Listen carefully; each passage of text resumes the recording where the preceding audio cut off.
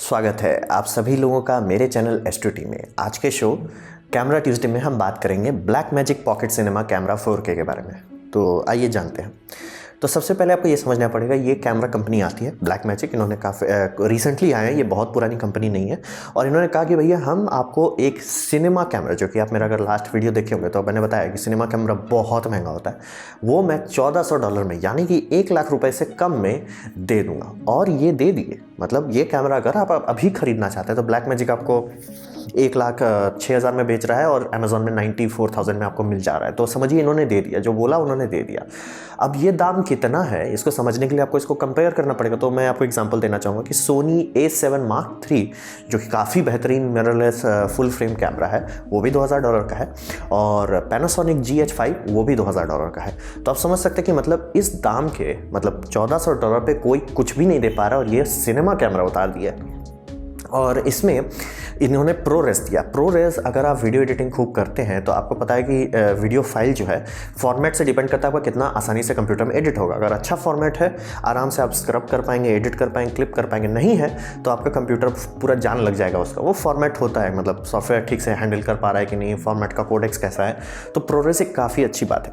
Plus उतना भी इनके लिए काफ़ी नहीं कि प्रोरेस दे रहे हैं, नहीं, ये प्रोरेस के साथ आपको एक डिविंची रिजॉल्व दे रहे हैं। अगर आप डिविंची रिजॉल्व को नहीं जानते तो बस ऐसा समझिए कि अगर इंडस्ट्री में कोई सॉफ्टवेयर है जो एडोबी प्रीमियर के बगल में खड़ा हो सकता है तो यही है।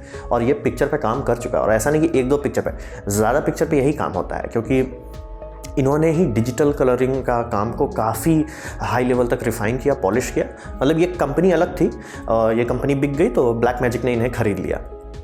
और उसके बाद अगर आप इसको और अच्छे से समझना चाहते हैं, आप ये समझिए ये 4K 60 फ्रेम पर सेकंड देता है, जो कि नाइकॉन नहीं देता, सोनी नहीं देता, सिर्फ पैनासोनिक देता है, वो भी प्रोरेस पे नहीं देता है। तो ये समझ लीजिए कोई कंपटीशन ही नहीं है इस दाम पे, इस के आसपास कोई कभी नहीं है। तो ठीक है, आगे चलते हैं। तो है क्या ये तिगड़ा, आपको समझ में आ गया कि इसका कोई कंपटीशन नहीं, लेकिन ये देता क्या। तो मैंने आपको, अगर पिछला वीडियो आपने देखा होगा ध्यान से, तो मैंने कई बार बताया सेंसर हर कैमरा का बहुत डेटा बनाता है। मतलब हर सेंसर जनरली 1-2 गीगाबाइट पर सेकंड बना रहा है, जो कि काफ़ी बड़ा डेटा है। तो आपके मेमोरी कार्ड में तो बहुत छोटा आता है, मेमोरी कार्ड में तो 10-12 मेगाबाइट पर सेकंड हो जाता है। समझ रहे हैं, 1000 गुने का छोटा हो गया। तो जनरली सिनेमा कैमरा कोशिश करते हैं कि उसको कम से कम छेड़छाड़ करके सेंसर का डेटा आपके पास दे दिया जाए, जिसमें रेड एपेक्स सबसे आगे है, क्योंकि उसके मतलब पाइपलाइन इतना रिफाइंड है और इतना अनकम्प्रेस्ड है कि वो ISO भी आपको बाद में चेंज करने बोलते हैं। जाइए ना, आप रिकॉर्ड कीजिए, ISO बाद में चेंज कीजिएगा। तो आप समझ सकते हैं कि ये कैमरा कोशिश कर रहा है क्या, मतलब रेड एपेक्ट के लोग नहीं हो, ये 25-26 लाख का चीज़ है, आप 1 लाख की चीज़ से कहाँ कंपेयर करेंगे। लेकिन ये काफ़ी अच्छा, मतलब अगल बगल तक कोई नहीं आता। अपना कैनन ना नाइकॉन, कैनन तो हटा ही दीजिए, कैनन कोशिश भी नहीं करता अपना कैमरा पे अच्छा वीडियो देने, क्योंकि उसका अपना सिनेमा लाइन है। सोनी थोड़ा मोड़ा कोशिश करता था, लेकिन अब तो रोक दिया उसने कोशिश, क्योंकि अब एक्चुअली अगर वो थोड़ा और अच्छा बनेगा तो उसका सिनेमा लाइन डूब जाएगा। तो इस कारण से ये दोनों कंपनी तो आउट हो गए, बचा पैनासोनिक। वो भी काफ़ी कोशिश कर रहा है ये, लेकिन इतना अच्छा है वो भी नहीं दे पाता है। फिर आपको ये बात बताऊंगा कि अगर आप कोई भी कैमरा यूज़ करें तो जनरली सारा कैमरा फ्रस्ट्रेटिंग होता है, क्योंकि उसका इंटरफेस जो है, मतलब आप कैसे उसके मेन्यूज़ को छेड़छाड़ कर रहे हैं, वो बहुत तिगड़म होता है। और रेड एपेक्ट तो छोड़ दीजिए, अर्सा मिनी, ये सब देखने को मिल गया आपको तो फीवर हो जाएगा कि भाई क्या है, इतना तिगड़ है। लेकिन मैं रिस्पेक्ट देना चाहता हूं कि जो भी ब्लैकमैजिक के कंपनी में बैठा है, जिसका काम है यूजर इंटरफेस बनाना, वो भाई 100% वर्दी आदमी है, बिंदास काम करता है। क्योंकि जैसे आपको एक एग्जांपल देने के लिए आप ये समझिए कि 4K के 2 फॉर्मेट हैं। 4K का एक फॉर्मेट है DCI और एक है अल्ट्रा HD। जो आप टीवी खरीदते होंगे ना, वो सुनते होंगे अल्ट्रा HD, उसको 4K नहीं बोला जाता, वो अल्ट्रा HD होता है। तो 4K अलग, 2 4K कैसे हो गया। तो यहीं पर आपको उसी, मतलब जो कैमरा है आपने मेन्यू खोला वहीं दिखा दे रहा है कि दोनों का रेजोल्यूशन, मतलब हाइट जो है वो है 2160, सेम परफेक्ट, कोई टेंशन नहीं है। दूसरा लेकिन एक का मतलब विथ जो है, विथ है 4096 और दूसरे का विथ है 3840। तो आप समझ लीजिए, आपको मेन्यू में ही समझ में आ गया कि क्या विथ मिल रहा है। और लॉसलेस है तो लॉसलेस में भी बता दे रहा है कि लॉसलेस में क्या कंप्रेशन है, 3:1 और 4:1। प्रोरेस है कि रॉ है। मतलब इतना बढ़िया, इतना आसान से समझने लायक इंटरफेस किसी कैमरा में नहीं मिलता है, किसी में नहीं, ना नाइकॉन में ना कैनन में, किसी में नहीं मिलता है। मतलब जिसने भी इसका इंटरफेस बनाया है बिंदास भाई, मान गया भाई। और फिर आपको पता है कैमरा का सबसे बड़ा लिमिटिंग फैक्टर होता है कि उसके लिए कितने लेंस मिलते हैं। तो चूँकि इन्होंने माइक्रो फोर थर्ड लेंस बनाया है जो कि पूरी तरह से ओपन माउंट सिस्टम, मतलब आप पैनासोनिक का भी खरीद सकते हैं, आप ओलंपस का भी खरीद सकते हैं, और जो भी थर्ड पार्टी है वो भी खरीद सकते हैं। वॉइटलैंडर का भी काफ़ी सारा माइक्रो फोर थर्ड आता है, सिग्मा भी 2-3 ठो बनाता है, तो आप सब का आराम से इसमें लगा सकते हैं, कोई टेंशन नहीं है। तो इन्होंने लेंस का प्रॉब्लम सॉल्व कर दिया, इंटरफेस के मामले में सोचना ही नहीं है, और मैंने आपको बताया ये रॉ और प्रोग्रेस दे रहे हैं जो कि काफ़ी हाई क्वालिटी चीज़ है। तो ये किसे खरीदना चाहिए, यहाँ पे मैं आपको बहुत ज़ोर से आपसे नम्र निवेदन करूँगा कि प्लीज़ ध्यान दीजिए ये किसके लिए काम का है।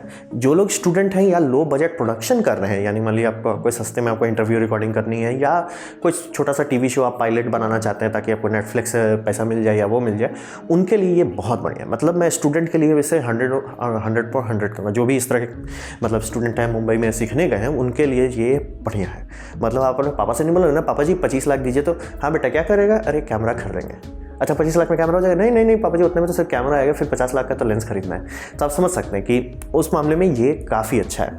प्लस आप ये समझिए इसका जो पाइपलाइन है, यानी कैसा फॉर्मेट निकलता है, कैसे उस फॉर्मेट को एडिट किया जाता है कंप्यूटर में, फिर वो कैसे फाइनल आउटपुट बनता है, ये एकदम प्रोफेशनल है, क्योंकि ये प्रोफेशनल टूल ही दे रहा है आपको। मतलब यही आपको रेड एपेक में मिलेगा, यही आपको सोनी वेगा में मिलेगा, यही आपको हाई लेवल इक्विपमेंट में मिलेगा। तो इस कारण से ये समझ लिया आपको प्रोफेशनल ट्रेनिंग के लिए इससे बेटर कुछ नहीं है।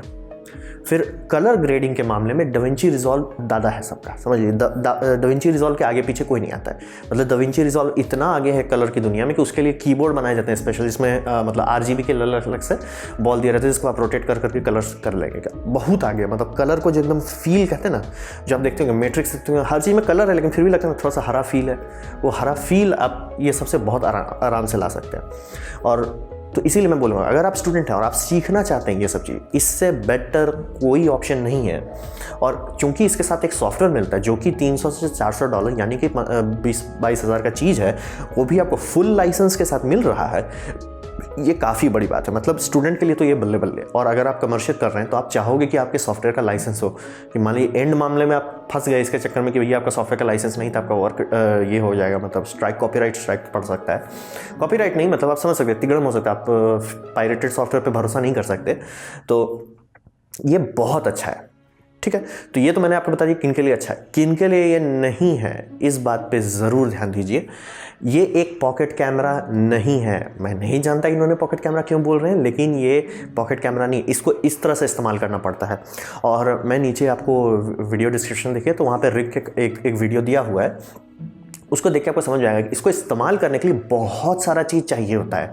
ये ऐसा नहीं कि आपने खरीदा, लेंस लगाया और चले, कर सकते हैं, ऐसा नहीं कि नहीं कर सकते, लेकिन जब आप वैसा कीजिएगा तो वो बहुत चीज़ से दिक्कत होगा। सबसे बड़ा दिक्कत होगा कि इसका बैटरी बहुत ख़राब है। तो आप बोलेंगे बैटरी ख़राब होने का क्या मतलब है, मतलब क्या ये बैटरी कम चलता है? हाँ, वो प्रॉब्लम नहीं है। कोई भी आपको बोलता है कि देखो भैया बैटरी 30 मिनट चलेगा, आप आराम से काम कर सकते हो। लेकिन प्रॉब्लम ये है कि इसका बैटरी, चूँकि इन्होंने कैनन से उठाया हुआ है, मतलब फॉर्मेट कैनन से उठाया, और जो बैटरी ये खुद दे रहे हैं, पता नहीं उन्होंने कोई गलत मैन्युफैक्चर से बनवा लिया या कुछ तिगड़म हो गया कि रीड आउट सही नहीं देता। मतलब अगर आपका 50% बैटरी लाइफ बचा हुआ है तो आप तो सोचोगे नहीं भाई एटलीस्ट 50% है तो एटलीस्ट तुरंत तो नहीं बंद हो जाए, कैमरा धीरे धड़ाक से बंद हो जाता है। 20% आते थे तो कैमरा रैंडमली बंद हो जाता है। और रैंडमली का मतलब ये नहीं है कि वो अलर्ट देगा, ठीक है, रिकॉर्डिंग रोक देगा, उसके बाद फाइल सेव करेगा, उसके बाद बस बंद हो जाता है।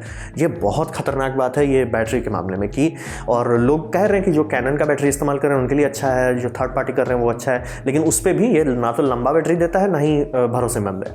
तो आपको कोई भी अगर सीरियस करना चाहेंगे तो आपको ये कहा जाएगा वी माउंट बैटरी खरीदिए।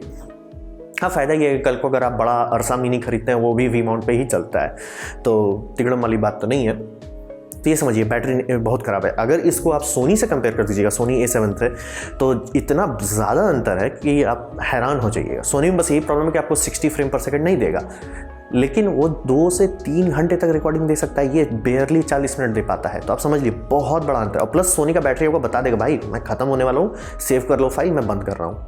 ये तो बस रैंडमली फाइल बंद करता है, कई बार फाइल करप्ट भी हो जाता है। उसके बाद यहाँ पे मुझे बहुत गुस्सा आया कि इन्होंने जो दाम कम करने के चक्कर में गलत जगह पे पैसा बचा लिया। इन्होंने स्क्रीन फ्लेक्सिबल नहीं बनाया। तो इसका प्रॉब्लम ये है कि अगर आप सिनेमा कैमरा रखते हो, सिनेमा कैमरा जनरली इस हाइट पे रखा जाता है, लोग ऐसे करके देखना नहीं चाहेंगे ना। आप चाहोगे कि भाई स्क्रीन ऊपर आ जाए या तो टिल्ट कर जाए थोड़ा सा कि अच्छे से देख सकें। तो सिनेमा कैमरा आप तो देखते होंगे इसमें अलग से साइड में एक रहता है पूरा इंडिपेंडेंट, आराम से, मतलब कैमरा यहाँ पे है यहाँ पे कैमरा लगा हुआ है, स्क्रीन अलग से है। जैसे इसमें भी आप देखिए कैमरा यहाँ है, स्क्रीन आँख के सामने एकदम अलग से है। तो इन्होंने चूँकि फिक्स कर दिया तो प्रॉब्लम हो गई, तो कैमरा आप नीचे कीजिएगा तो ऊपर नहीं उठा सकते, कैमरा के सामने आप आ गए तब तो भूल लीजिए, फ्लिप आउट तो है ही नहीं। तो यहाँ पे इन्होंने पैसा बचा के अच्छा काम नहीं किया। ये कैमरा एकदम परफेक्ट हो जाता अगर सिर्फ वो फ्लिप आउट दे देते, क्योंकि बैटरी का आप कुछ कर सकते हो कि बैटरी का हाँ ठीक है भाई अडाप्टर से लगा के चला देंगे, जो कि आपको ये बॉक्स में देते हैं, तो ठीक है वो तो अच्छी बात है। लेकिन स्क्रीन का आप क्या करोगे? और आप बोलोगे ठीक है हम खरीद लेंगे ऐसा स्क्रीन। ये सब 20-30 हज़ार रुपये से लेकर 1.5-2 लाख रुपए का वो सामान होता है। और अगर आप वो खरीदेंगे तो आप कोई भी और इस्तेमाल कर सकते हैं। तब आप सोनी भी खरीद सकते हैं और सोनी से HDMI आउटपुट लेके आप आराम से कर सकते हैं, और उसके बाद आपको प्रोरेज और वो सब मिल जाएगा। तब आप समझ सकते हैं कि मतलब अगर आपको वो लगाना ही पड़ा तो आपका पैसा बचा क्या। इसी कारण से मतलब ये दो चीज़ मतलब फिक्स स्क्रीन तो खास करके, और फिर अगर आप प्रैक्टिकली करना चाहते हैं कि ठीक है हम पीछे ही रहेंगे, हमें देख लेंगे, हमको स्क्रीन नहीं लेना है, फिर आपको लेंस का सिलेक्शन में पता चले माइक्रो फोर थर्ड उतना अच्छा लेंस सिस्टम नहीं है उसमें बहुत सारे लेंसेस, और ना ही उसके सिनेमा लेंस आते हैं। तो सिनेमा लेंस के लिए आप बोलोगे ठीक है हम कैनन का माउंट ला देते हैं, तो उसके लिए आपको चाहिए स्पीड बूस्टर, ये भी कई हज़ार का चीज़ है, 50-60 हज़ार का तो यही आता है। तब समझ रहे मतलब जो आपने पैसा बचाया वो ऐसा नहीं है कि वो आपके पास आ गया, वो आप इधर उधर खर्च हो ही जाएगा। तो इसी कारण से इस बात पे ध्यान दीजिए कि इसका अगर आप मैक्सिमम यूज़ करना चाहते हैं कि ये कैमरा लिया मैंने और एकदम बिंदास यूज़ करना चाहते हैं, तो आप इतना चीज़ इसमें लगा दीजिए। जैसे वी माउंट बैटरी लगाइएगा, SSD जो चाहिए USB-C SSD, वो भी कोई सस्ती चीज़ नहीं, वो भी 10-15 हज़ार का आता है। फिर उसके बाद आपको ये एक्सटर्नल डिस्प्ले लेना पड़ेगा ताकि आप किसी भी एंगल पर रख के देख पाएँ, वो भी पैसा खाता है। मतलब आप घुमा फिरा के आप बोलोगे यार सोनी ही ले लेते तो ज़्यादा सस्ता पड़ता, या नाइकॉन ले लेते, क्योंकि नाइकॉन में तो 10 बिट आउटपुट भी है, तो सोनी तो 8 बिट तक ही जाता है और 8 से 10 के बीच में अंतर है। तो आप बोलोगे ये तो 12 तक जाता है, 10 से 12 के बीच में अंतर थोड़ा कम हो जाता है, 12 से 14 और कम। तो इसी कारण से ये समझिए कि ये कैमरा अगर आप YouTube के लिए लेना चाहते हैं ठीक है, अगर आप करना चाहते हैं, कलरिंग करना चाहते हैं, सीखना चाहते हैं तो कहिए, लेकिन मैं इससे आपको एडवाइस नहीं करूँगा, क्योंकि जितना तिगड़म आप इसमें लगाएंगे उसका आधा पैसा में, मतलब सिर्फ आप वो एक्सटर्नल रिकॉर्डर लीजिए, लगभग सारे DSLR में आपको रॉ फॉर्मेट मिल जाएगा। सिर्फ अच्छा रिकॉर्डर लीजिए, उसमें SSD भी मिल जाएगा आपको। तो समझ रहे, सिर्फ एक चीज़ खरीदिए और लगभग सारा चीज़ फिक्स हो जा रहा है आपका। और बैटरी का तो मतलब बाकी सब में अच्छा ही रहता है, और रिकॉर्डर में भी अपने ही बैटरी आते हैं। तो आप समझ सकते हैं कि मतलब इस कैमरा को पॉकेट कहना सही भी है गलत भी है। तो इसीलिए मैं कहूँगा कि अगर आपका वो लेना देना है, आप चाहते हो कि एक कैमरा लो जिससे अच्छी वीडियो आती है, जिससे मेरा काम हो जाता है, ये वो नहीं है, आप परेशान हो जाइएगा। और अगर आपको रॉ कोई दे दिया वीडियो, वो एडिट करने बैठिएगा तो बस आपका कंप्यूटर बोलेगा अच्छा सर हम चलते हैं, छुट्टी लेके आते हैं। आपको मतलब बहुत हाई एंड कंप्यूटर चाहिए उसको हैंडल करने के लिए। तो इसीलिए इस बात को ध्यान दीजिए, ये रन एंड गन के लिए नहीं है, मतलब बस निकले करने लगे। आप एक आराम से पैनासोनिक का 4K हैंडी कैम ले लीजिए, ज़्यादा खुश रहिए, या GH वही ले लीजिए, या मतलब अगर आपको नाइकॉन पसंद है तो नाइकॉन ले लीजिए। नाइकॉन में तो खास करके चूँकि 10 बिट आउट है तो एक रिकॉर्डर के साथ बहुत अच्छा मिल जाएगा। कैनन पसंद है तब प्रॉब्लम है कि कैनन तो कोई फुल फ्रेम देता ही नहीं है, तो कैनन में भगवान बचाए आपको। तो कैनन के लिए आपको यही करना हो, कैनन और सोनी का इंटरचेंजेबल है लेंस, तो सोनी का बॉडी खरीदिए और कैनन का लेंस लगा लीजिए। तब आपको ये स्पीड बूस्टर नहीं चाहिए, तब आपको एक सिंपल अडाप्टर चाहिए काम करने के लिए। और ये भी याद रखिए इसमें इमेज स्टेबलाइजेशन भी नहीं है, और जो इसका ऑटो फोकस है वो वन टच फोकस है, मतलब आप एक बार अपने फोकस कर दिया वो वहीं लॉक हो जाता है। हम मतलब जैसे आगे पीछे आ रहे हैं वो नहीं होगा। तो प्लीज़ ध्यान दीजिए, ये सबके लिए नहीं है, ये सिनेमा कैमरा है, सिर्फ सिनेमा कैमरा है। बाकी सब बहुत बड़ा रेंज को कवर करता है, ये एक छोटा रेंज को कवर करता है। हाँ मतलब कलरिंग अगर आप सीखना चाहते हैं तो उससे बेटर ऑप्शन मैं आपको नहीं दे सकता, लेकिन 99% लोगों के लिए ये कैमरा अच्छा नहीं है। तो ये था मेरा presentation Blackmagic pocket cinema camera 4K के बारे में। उम्मीद करता हूँ आपको अच्छा लगा हो, कुछ सीखने को मिला हो। अगर ऐसा है तो आप लाइक कर दीजिए, नहीं लगा है कोई बात नहीं, आप डिसलाइक भी कर सकते हैं। मैं कहूँगा कि आप कमेंट लिखिए, और मैं आपसे अनुरोध करूँगा कि आप सब्सक्राइब कीजिए। अगर आप फ्री हैं तो बेल बजा दीजिए। आपने मेरा वीडियो देखा, ये जानकर मुझे बहुत खुशी हुई। धन्यवाद।